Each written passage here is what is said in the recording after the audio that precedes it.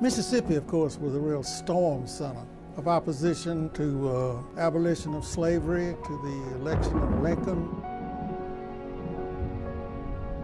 With the election of Abraham Lincoln, Southern states began to leave or secede from the Union.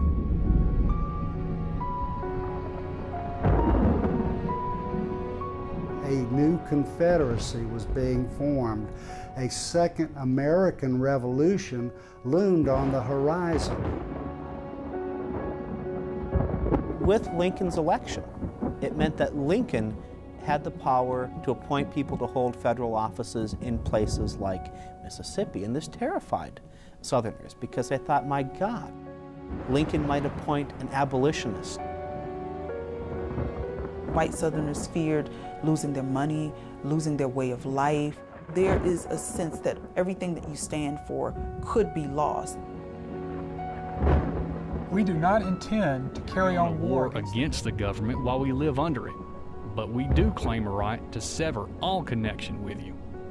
Mississippi Congressman Otho R. Singleton, 1859. This rush to leave the Union was not unanimous by any means, but whether they supported secession or not, they thought Mississippi had the right to do it if it wanted.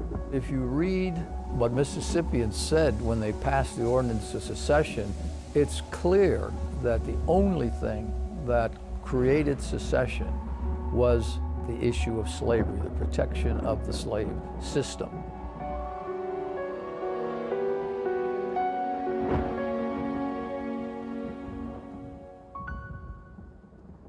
Mississippi's War, Slavery, and Secession is made possible in part by the generous support of viewers like you. Thank you. On November 6, 1860, Abraham Lincoln was elected the 16th President of the United States of America. But in Mississippi, as throughout most of the South, cotton was king. King Cotton ruled Mississippi, and during its reign, Mississippi prospered. It's important to recognize the sheer wealth that the South's economy had.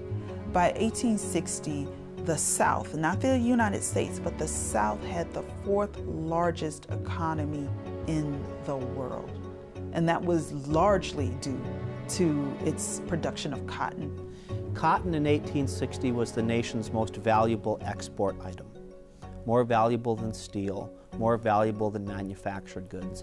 Cotton was the one thing that Americans made that the rest of the world wanted, and Mississippi was the nation's leading cotton producer. So it was a wealthy, wealthy state. It is literally a gold mine. Cotton seemed to flourish in the climate, and so it transformed the lives of many, particularly white men and their families, and so it became a very plantation-rich environment. A plantation well stocked with hands is a ne plus ultra of every man's ambition who resides in the South. Young men who come to this country to make money soon catch the mania, and nothing less than a broad plantation waving with snow-white cotton balls can fill their mental vision. Mississippi author Joseph Holt Ingram. People were addicted to cotton. Cotton was the crop that would bring you great wealth. Particularly in the state of Mississippi, you have a state that enters the Union in the 19th century, in 1817. And by the start of the Civil War, it's the richest one in the country, in the entire Union. There are more millionaires per region than any other place in the United States. So Mississippi is a place where people know you can get land for cheap, but you can also participate in a market that allows your wealth to grow. The majority of the wealth in Mississippi was controlled by a small group of people, the wealthy plantation owners, often called the planter elite. The fortunes of this planter aristocracy were largely amassed by slave labor, slaves who worked the fields and grew the cotton. These rich plantation owners were dependent on slaves for their wealth and their power. Throughout history, the powerful have dominated the meek. 100 years before the birth of the United States, wealthy British colonists purchased slaves to work on vast colonial plantations. But during the Revolutionary War, many American settlers, in their fight for freedom, grew less tolerant of the practice. A few American colonies took steps to outlaw slavery, and shortly after the American Revolution, the newly formed United States banned the importation of slaves.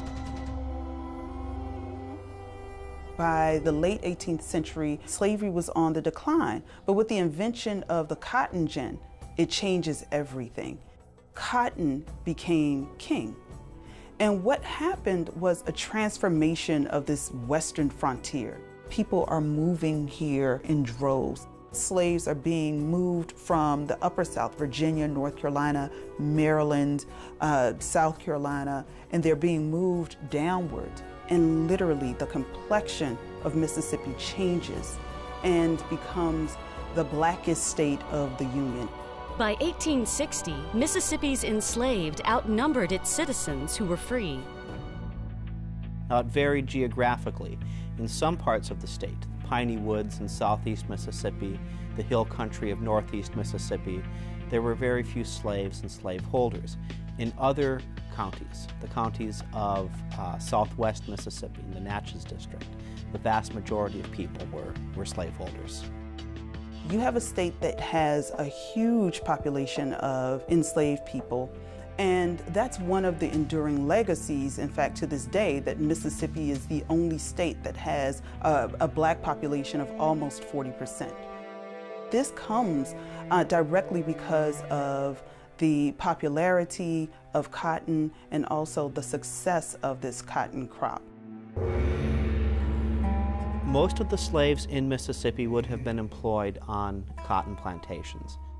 Cotton was the engine that drove Mississippi's economy, and the most valuable employment for slaves was as field hands.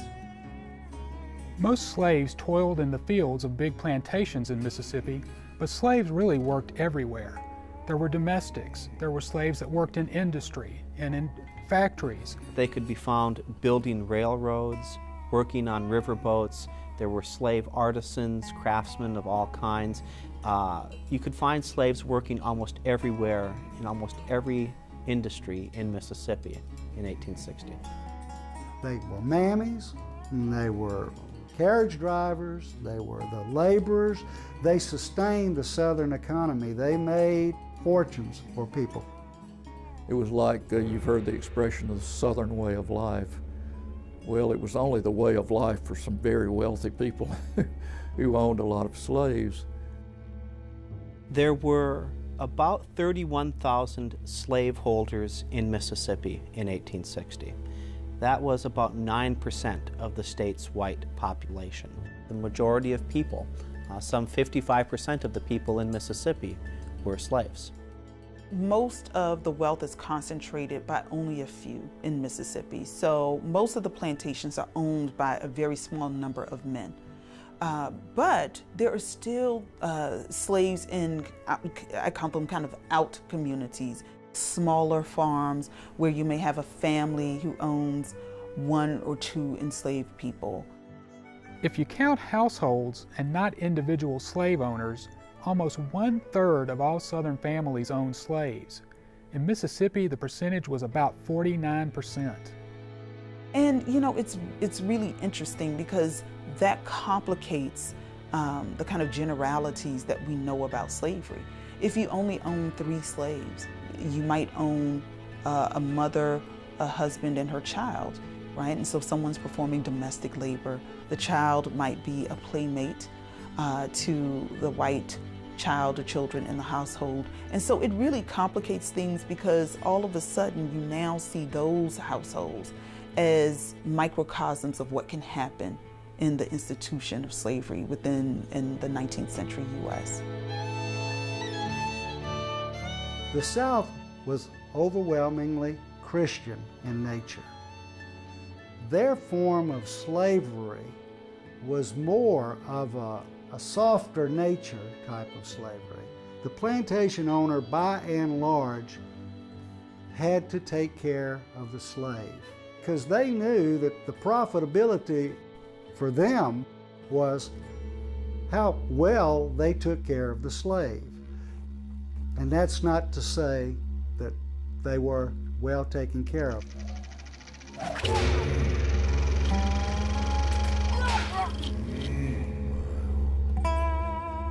For me as a historian of slavery, when I read some of the accounts of the brutality, you know, it's enough to, you know, to really take your breath away, that these people could endure for as long as they did. Slavery was a very emotional issue. It had become so because of the agitation by anti-slavery people, which only made Southerners more defensive about the institution. I think to question an owner about whether it was right or wrong would seem absolutely ludicrous to him.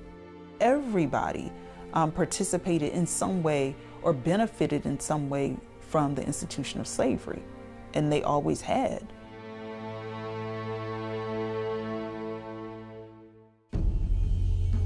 Some slaveholders imagined that capturing and enslaving Africans was for their benefit, that they were exposing them to Christianity, that slavery was a school for civilization. Some actually looked at it as it was their chance to be missionaries, even though they bought and were using these people. Most folk who defended slavery were justifying it on the grounds of Christianity, and they pulled from the Protestant faith and also from the Catholic faith, using the Bible verse, "Slave, obey your masters." If you are obedient to your masters and your mistresses, there is a reward in heaven for the kind of work that you do. From the 1830s onward, Southern politicians began to construct an argument that slavery truly was ordained by God and would give birth to the best of all possible societies. Southerners didn't understand why they needed to justify something that had happened since time began. And the only kind of vociferous opposition that they faced would be from abolitionists. Throughout the early part of the 19th century, the divisive issue of slavery would finally tear the nation asunder.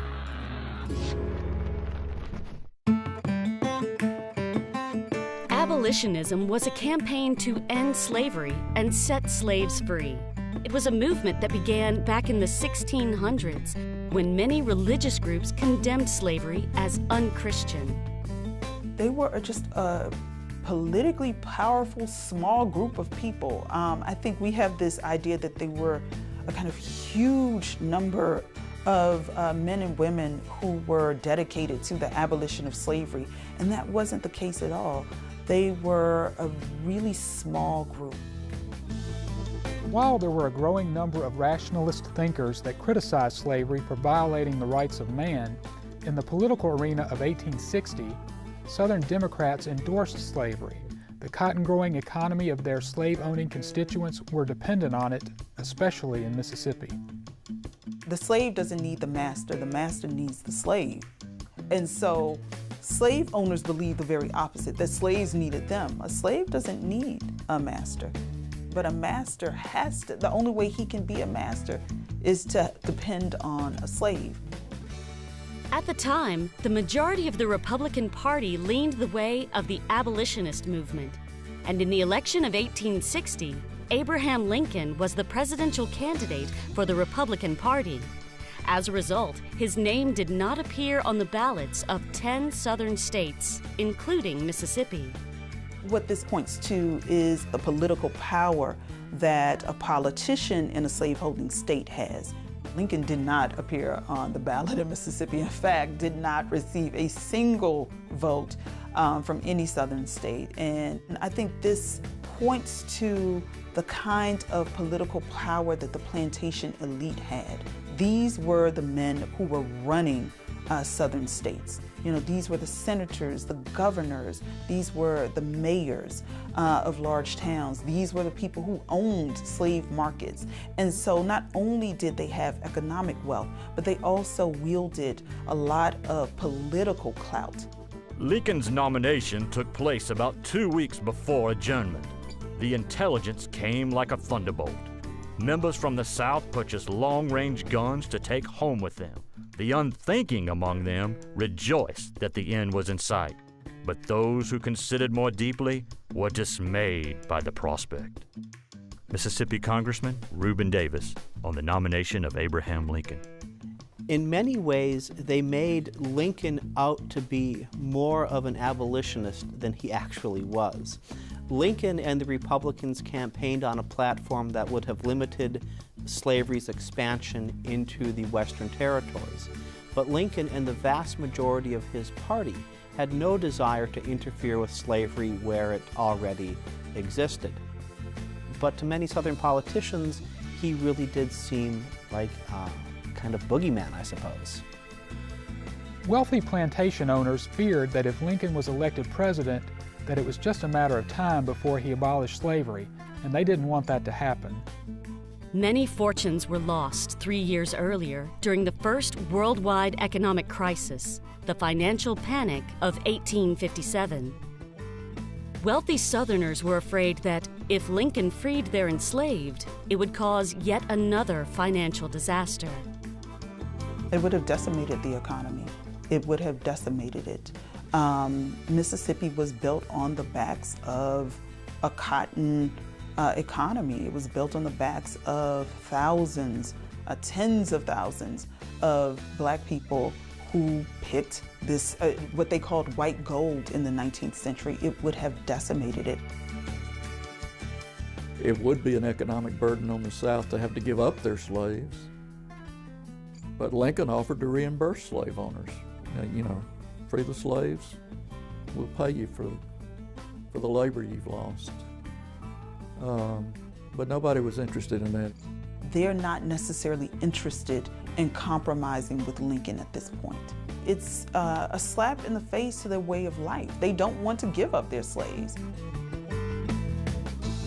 The die was cast. The die for secession was cast in Mississippi in the election for president in November of 1860.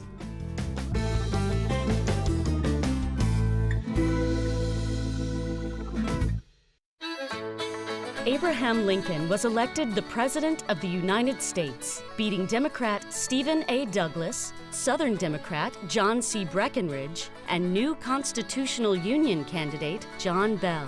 Lincoln won all the anti-slavery states of the North, as well as the western states of California and Oregon. No ballots were cast for him in 10 of the 15 southern slave states where his name did not appear. Lincoln was elected by Northern voters. He did not even appear on the ballot in many southern states. He didn't appear on the ballot in Mississippi. For many Southerners, this signaled a kind of sea change, that in the future, the North could elect a president without having the support of Southern voters. The South essentially had become a political minority in the country and was an increasingly weak minority.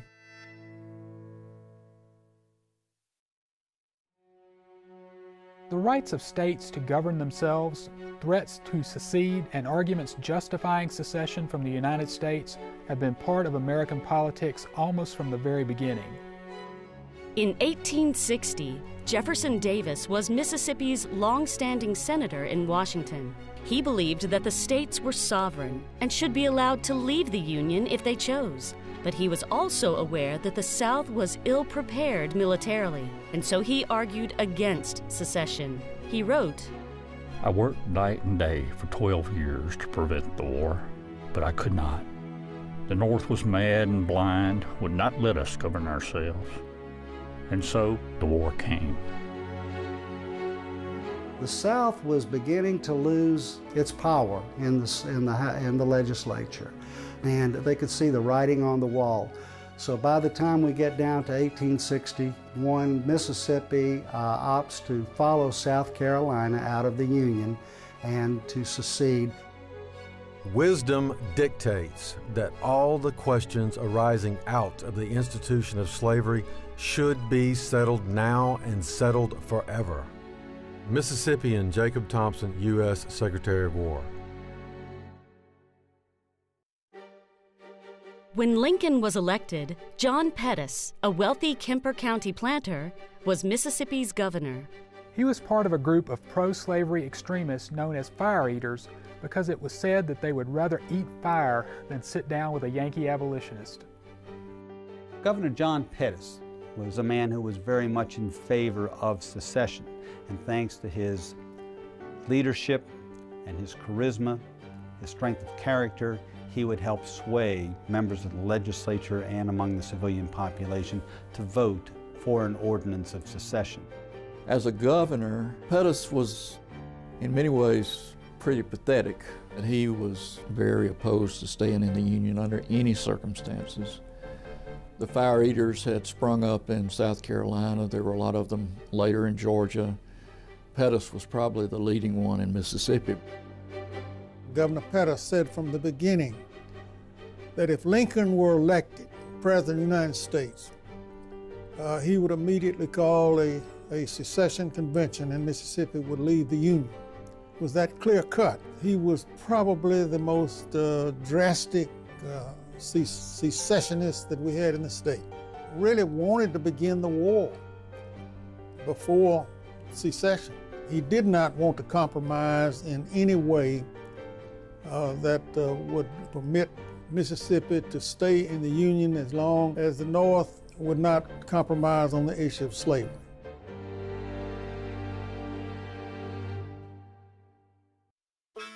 Even before Lincoln was inaugurated, Pettus called for a secession convention and brought together delegates from every county in Mississippi where they argued for or against secession.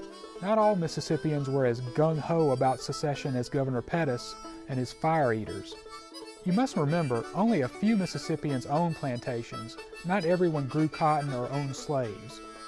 Those who have been long desirous for a pretext for secession now boldly advocated their sentiments and joyfully hailed the election of Mr. Lincoln as affording that pretext. The conservative men were filled with gloom. Secession they regarded as fraught with all the evils of Pandora's box, and that war, famine, pestilence, and moral and physical desolation would follow in its train. Mississippi Unionist Reverend John Hill Augie. So this rush to leave the Union was not unanimous by any means. And two, you have to figure in the patriotism of Mississippians and other Southerners. They, after all, were products of the Revolutionary War, which had won them independence. The Union had grown out of that war, so they felt ties to the Union. Many of them had been educated in the North, especially the wealthier classes. So this was not an easy thing to convince people. There were strong Union pockets in the state of Mississippi. For instance, when the Secession Convention was called to Jackson, several counties sent 2 delegations to represent. One side of the county would represent the secessionist movement, the other part of the county represented the anti-secessionist. Tishomingo County, which at the time was a very large county, sent 4 pro-Union delegates to Governor Pettus's convention. Their lives here were tied to railroad commerce, interstate commerce. There wasn't a lot to gain by separating from the Union. And they're sent down to that convention specifically for the fact that they're not ready to leave the Union yet. They want to wait and see what's going to happen. They voted against secession. Those people lived in hilly country. They didn't have plantations. They didn't grow cotton, so they didn't have many slaves. There were very few in that area. Also, there was dissent in South Mississippi, central South Mississippi, because there were not concentrations of slaves down there. There were not plantations. Jones County did not produce that much cotton. It had the smallest slave population of any county in Mississippi. When the Secession Convention came in 1860, Jones County elected a delegate who ran on a platform opposing secession. Not every Mississippian was interested in secession. In fact, the ironic thing about Mississippi secession is that some of the larger slaveholders along the Mississippi River were opposed to secession because they worried about the impact that the loss of slavery would have if a war came and the war did not go the way they would have liked it to go. There are many who believe that the best way to preserve slavery was to stay in the Union and maintain control that way. Vicksburg, ironically, Natchez, two areas that depended heavily on river traffic, were not anxious to secede because they knew what it was going to do to their businesses. The two largest cities in the state of Mississippi voted against secession. But as the bulk of the rest of the state voted in favor, the pro-Union sentiment expressed here in Warren County and in Adams County would be stifled. The real argument was not whether Mississippi would leave the Union. That much seems to have been certain. The question was, should Mississippi secede immediately, regardless of what other states did? Because remember, at this point, only South Carolina had seceded. So did Mississippi want to go out onto this very dangerous branch alone, or did they want to wait for other states to secede? But those arguing for secession would not wait and put a lot of pressure on those who were pro-Union. When it became apparent that the rest of the counties wanted to secede, they had a second vote, and many delegates changed their vote to have a bold front Mississippi. Everybody is in agreement.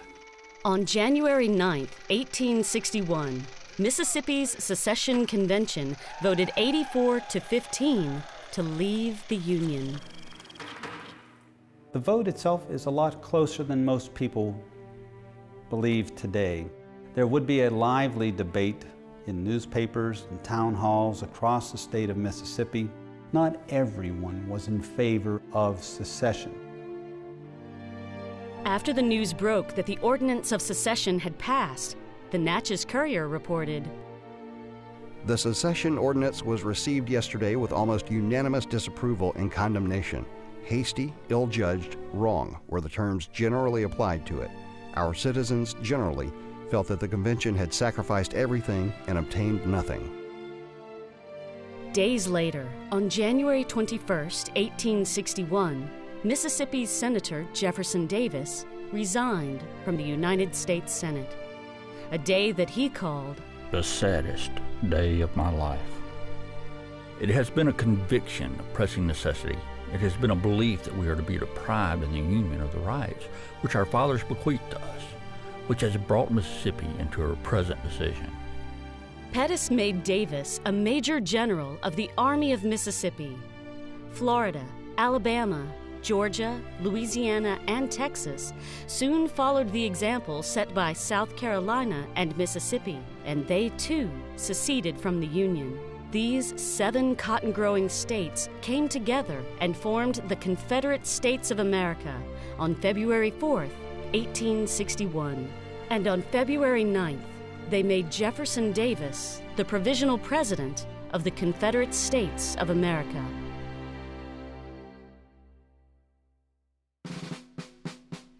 Their whole argument for secession was that they felt that they were losing their freedom, their rights, the power to self-govern themselves. Many Mississippians, as well as other Southerners, felt that they had the right to secede and govern themselves any way they saw fit. We're saying, well, they're trying to pick on us. They're going to invade us. They're going to, you know, they're forcing us to do what they want us to do. People who lived in the South back in those days were, I don't know that that's ever completely gone away, but you know, you ask me about something and I'll work with you, you tell me you're going to do something whether I like it or not, then you may get some resistance. States' rights was a political theory that Southern states used to defend the institution of slavery. It was used to justify secession. But secession itself was driven by the desire to defend the institution of slavery. When Mississippi seceded in 1861, the delegates of the secession, or to the secession convention, stated that our position is thoroughly identified with the institution of slavery, the greatest material interest in the world. So the battle from the start was all about slavery. This business of states' rights, of course, among some latter-day historians has been injected, but it was really about slavery, and the secession resolution in Mississippi in January of 1861 says so in so many words that this is about slavery. Mississippi's Ordinance of Secession. Utter subjugation awaits us in the Union if we should consent longer to remain in it. It is not a matter of choice, but of necessity. We must either submit to degradation and to the loss of property worth $4 billion of money, or we must secede from the Union framed by our fathers to secure this as well as every other species of property. For far less than this, our fathers separated from the crown of England. In a way, it's ironic that the argument that they were making was that they were against enslavement, but not by an owner of a plantation, but enslavement by the laws and will of the United States of America. Many Mississippians who desired the freedom to self-govern themselves denied that very freedom to over half the state's population. Liberty and freedom were foreign concepts for many enslaved. Born into a life of subjugation, they had never experienced freedom. The enslaved lived out their lives under constant constraints. You have to ask just to be mobile. You can't choose your mate without your owner's permission. You're not free. If you're pulled away from the community that you know, and let's say you're sold 2 or 3 times, where are you going to run? You know what the consequences of running away are. You can't run away. The risks just weren't worth it. And so you would just hope. Many of them prayed for freedom. The new provisional Confederate president, Jefferson Davis, issued a call for 100,000 men from the various states' militias to defend the newly formed Confederacy. He began to remove U.S. government presence from within the Confederate boundaries. This called for Confederate troops to start taking possession of U.S. courts, custom houses, post offices, mints, basically all the federal buildings, most notably arsenals and forts. After Confederate troops attacked and took control of Fort Sumter, Lincoln called up 75,000 Union troops to reoccupy U.S. properties throughout the South. Thus began the Civil War. It is now near midnight, and the excitement is beginning to abate. The Battle House and Telegraph Office have been thronged for hours, and speeches were made by many prominent Southerners. And in the distance, I hear revelry and shouts of applause for the gallant Beauregard and the Southern Confederacy. Unidentified member of the Vicksburg Artillery upon hearing of the firing on Fort Sumter. We have to remember most of these soldiers were like teenagers going off to war. They thought this was a way to gain glory and honor and come back home and marry that pretty girl they'd always wanted to marry and be a hero. They never really stopped and thought about the blood and guts and being blown apart by cannonballs. That never crossed their mind until it was too late and they realized what they'd gotten into, and then it was a matter of pride. You don't go running home because everybody in town will know that you deserted and nobody will ever have anything to do with you anymore. And they were kind of caught up in the early part of the secession movement, and once it caught fire, it just kind of spread. Our country calls, and he that would not respond deserves not the name of man. And though we fall battling for our rights and are determined to have them or die in the attempt. Private Robert A. Moore, 17th Mississippi Infantry.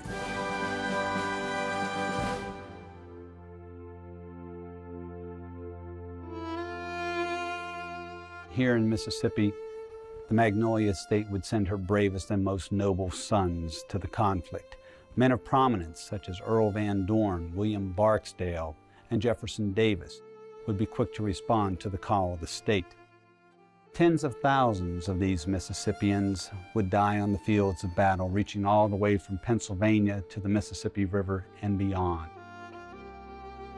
Mississippi's brave sons marched into battle in faraway places, at Bull Run, at Port Royal, and off the coast of Norfolk. But as the war dragged on, the battlefields grew closer and closer home. Shiloh fought on April 6th and 7th of 1862 would be the bloodiest battle ever fought on the North American continent up to that date.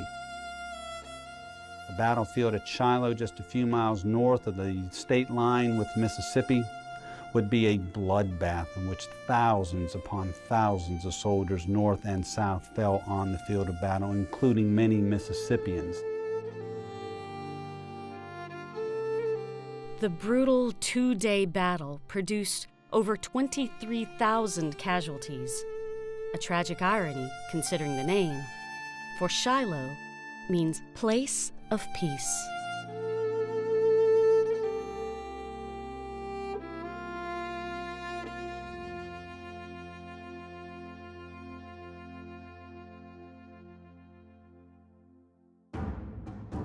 Union victory at Shiloh in April of 1862 would open up North Mississippi to Union invasion.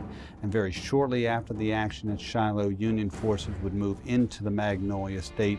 Mississippians feared the possibility, the threat of invasion from Northern forces, that this might encourage slaves to rebel.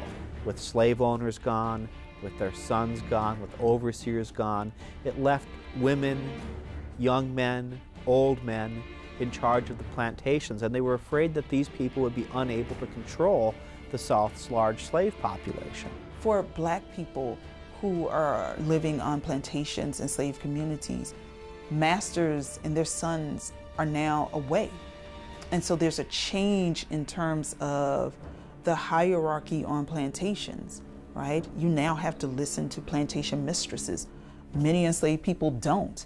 They become insubordinate. And many white Mississippians sensed in some way that they were sitting on a powder keg. Again, over half of the population was enslaved. How stable was that society? How would the slaves react to their masters leaving? How would they react to the arrival of Northern forces? And right from the beginning of the war, there were rumors of slave insurrections throughout the state, and those rumors became more frequent as the war progressed and as Northern forces actually began moving into Mississippi. The invasion of Mississippi began in May of 1862 with the Union Army seizing control of the rail junction at Corinth. In Corinth, you have the intersection of north-south and east-west rail lines. It was referred to at that point in time as perhaps the most strategic city in the Confederacy due to those rail connections. But with the fall of Corinth, the focus of military operations in the west will truly center on the fortress city of Vicksburg. And for the remainder of 1862 and into 1863, Union land and naval forces will operate against what was known as the Gibraltar of the Confederacy, the city of Vicksburg.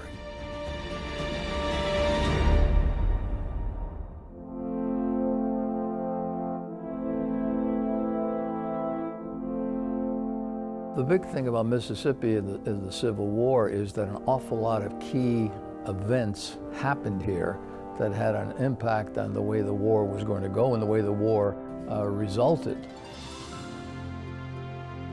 Mississippi and Mississippians would experience war firsthand and see the horrors of war in their own homes. All the way from Ship Island on the Gulf Coast to Corinth in North Mississippi, Iuka and Meridian in the east to Vicksburg on the west, the entire state of Mississippi became a battleground, and scores of major engagements and minor actions were fought on the soil of Mississippi. By war's end, the state was pretty much left a desolate ruin. Nobody in their right mind craves war. The wealthy southern cotton growers didn't want war. They had hoped that the great desire for mighty King Cotton would prevent war. That didn't happen.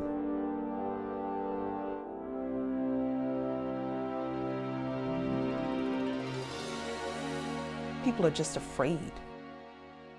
There are just a number of things that are happening that's really decimating the communities that Southerners, both black and white, are living through.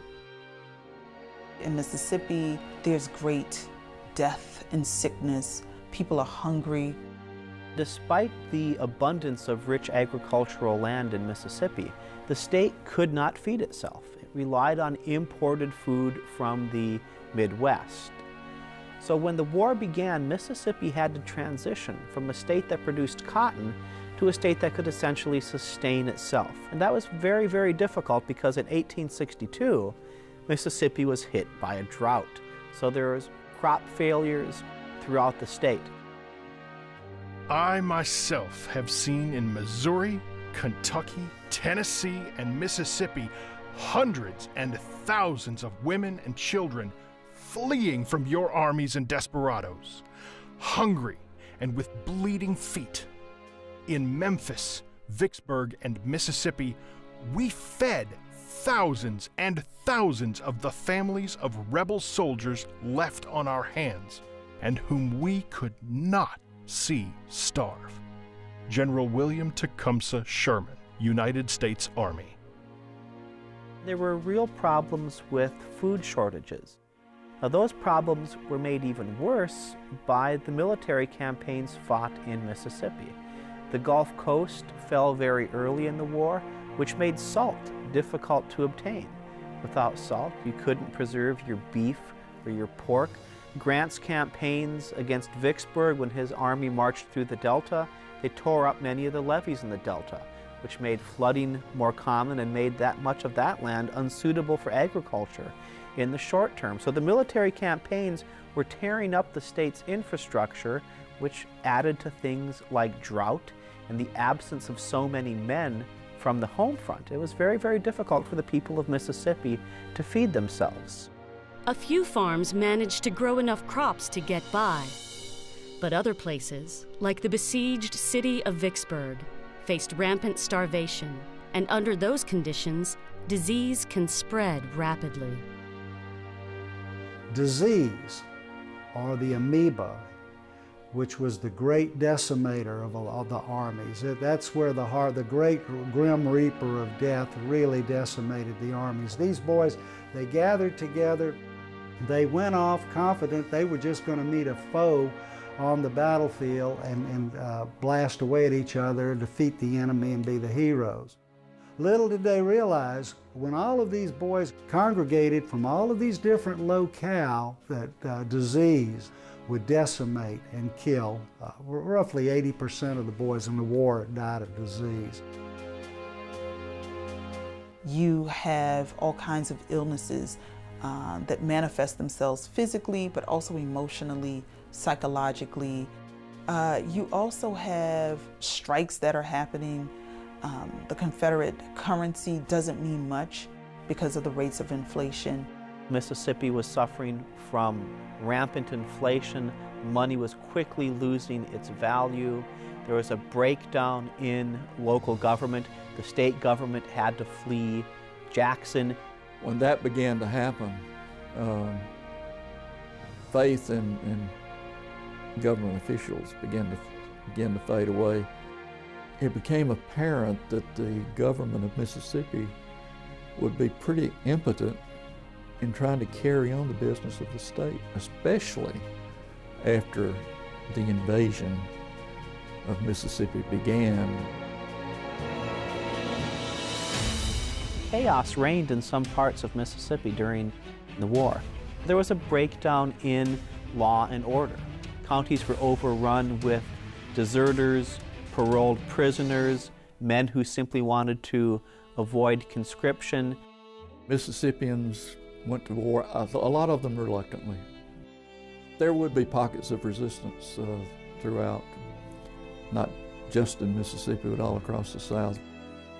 Not long after the Battle of Shiloh, on April 16, 1862, Jefferson Davis enacted the very first American military draft. The draft was incredibly unpopular. To many Southerners, especially people who accepted the states' rights ideology or the states' rights doctrine, it seemed as if they had replaced one tyrannical national government with another. Under the Conscription Act, all healthy free men between the ages of 18 and 35 had to sign up for a 3-year tour of duty.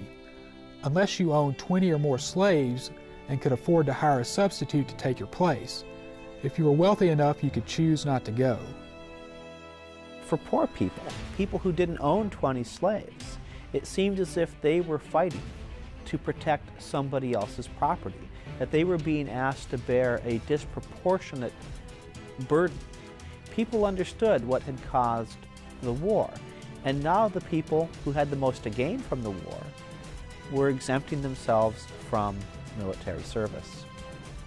They believed this made the war into a rich man's war and a poor man's fight.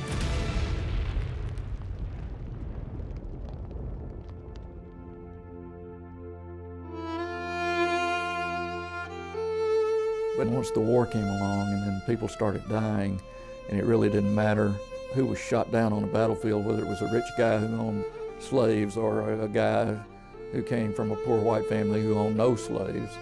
It was still Southern blood being spilled, and that was kind of a unifying factor, the war itself. But still, if you get back to cause, nobody can convince me that if slavery had not existed, that there would have been a war anyway. No, nobody can convince me of that. Mississippi suffered devastating human losses during the Civil War. Approximately 78,000 Mississippians served in the military. Of that number, about 27,000 were killed or died. 1/4 of the white male population over the age of 15 in 1860 was dead. An entire generation was laid waste. More than 620,000 American soldiers, North and South, died on the field of battle or from disease. It was the costliest war in terms of human life in American history. On July 4th, 1863, Vicksburg, the great Gibraltar of the Confederacy, fell after a 47-day siege. Union forces took control of the Mississippi River, effectively splitting the Confederacy in half.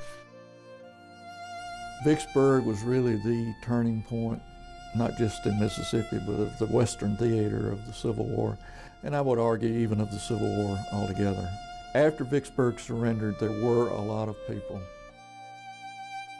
in Mississippi who gave it up. They didn't want the war to go on. The loss of Vicksburg pretty much put the Union Army in control of Mississippi.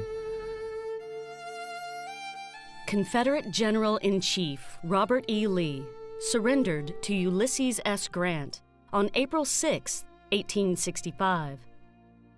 6 days later, Southern sympathizer John Wilkes Booth assassinated President Abraham Lincoln. Today, Lincoln is considered one of the most beloved of all American presidents. But that wasn't the case during the Civil War. Lincoln was so hated during his presidency that he received well over 10,000 death threats. As a governor, Pettus is very prominent in newspapers and wherever early in the war. But as time passes, he really becomes less relevant. He was just pro-Confederate, let's get the Yankees, kill the Yankees. But as the war began to come to Mississippi, there was not much he could do to stop it. Pettus took the loyalty oath twice after the war, but he was convinced that he'd been singled out for special punishment, maybe for execution.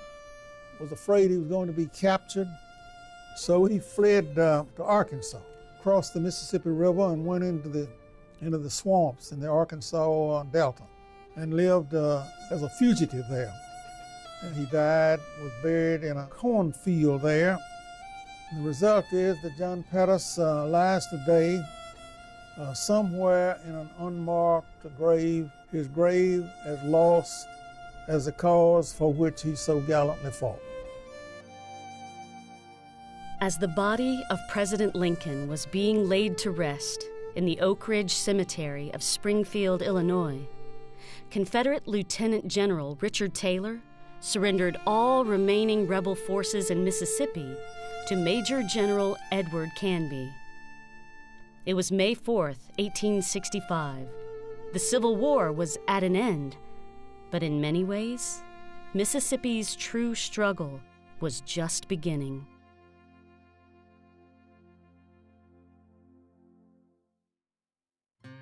Reconstruction was an attempt to make sure that the former slaves, now free, would become part of Southern society, become part of American society. But as you know, there was all sorts of violence in Mississippi and other places in the South where individuals tried to keep blacks, not enslaved, because you couldn't enslave any longer, but keep them down, keep them suppressed. White Southerners are angry about the loss of the Civil War. For those who lost property, their communities were decimated. They lost the lives of family members and loved ones within their community. Of course there's animus.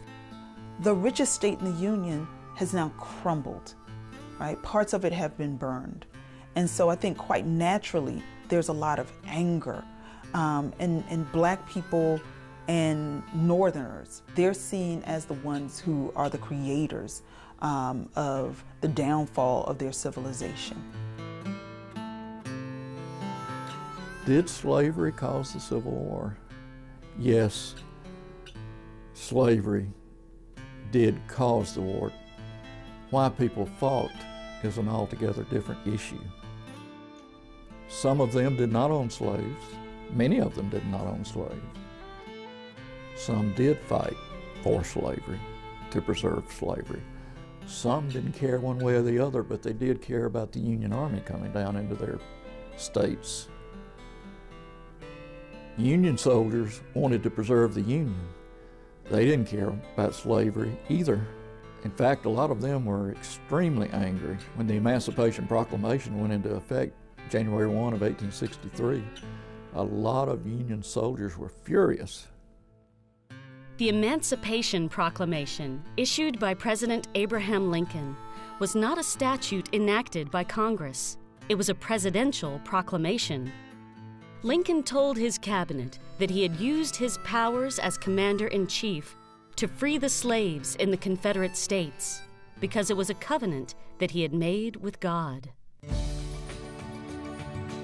The Emancipation Proclamation brings the institution of slavery to the forefront. There is no way that you can now state that the war doesn't deal with slavery, because the Emancipation Proclamation, in fact, makes slavery an issue. And it really changes the focus of the war.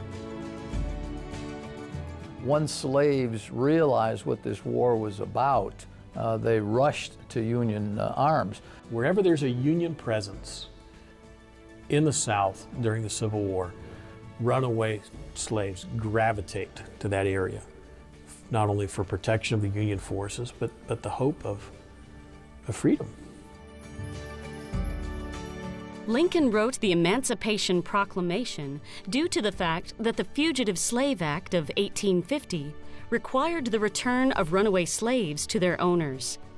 But Union generals refused to do so and declared the runaways contraband of war. You start seeing a large influx of runaway slaves. After the siege of Corinth, when the Union begins to occupy this area, runaway slaves begin to first drift in here singly in pairs and then large numbers. In order to house the numerous runaways at Corinth, the Union troops set up a refugee or contraband camp. In just a short period of time, the Corinth contraband camp becomes a model camp throughout the country. This is the way all contraband camps should be. which is interesting, right? The state that becomes the richest state in the Union because of slavery also houses the largest contraband camp in Corinth, Mississippi. And so for the year and a half that it's in existence, it has upwards of about 6,000 people. It really becomes a model community. And I think at the core of it for Black people, to prove their humanity, to show that they can be more than slaves.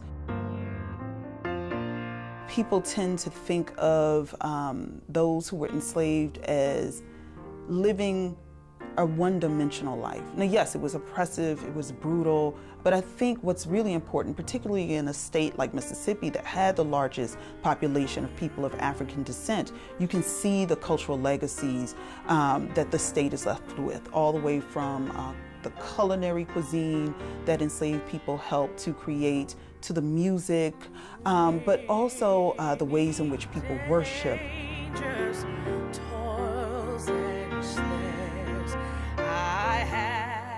They built community in the worst and oppressive kinds of environments. And I think it's a real testament to their strength.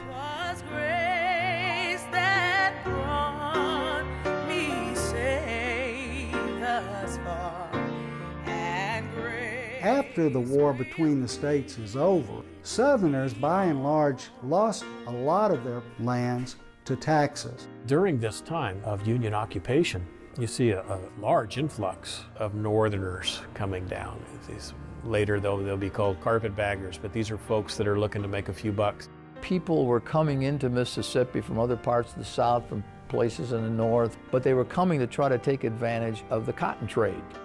And realizing the potential, bought up a lot of these plantations and then created a new slavery for white and black by low paying, okay, you're free to go, you can come and go, and you're free to go. You got to take care of your own medicine. You got to take care of your own food. You can live on the place. I provide a company store on the plantation. Now, the company store had all kind of beautiful little items and trinkets and jams and jellies and pies and all kind of stuff in there, which you could buy on credit. So the freedman, white and black, who worked on those fields, got so in debt to the company store that he could not leave the plantation. So it was a new form of slavery that was more vile than the older form of slavery which existed. And of course, slavery in any form is no good.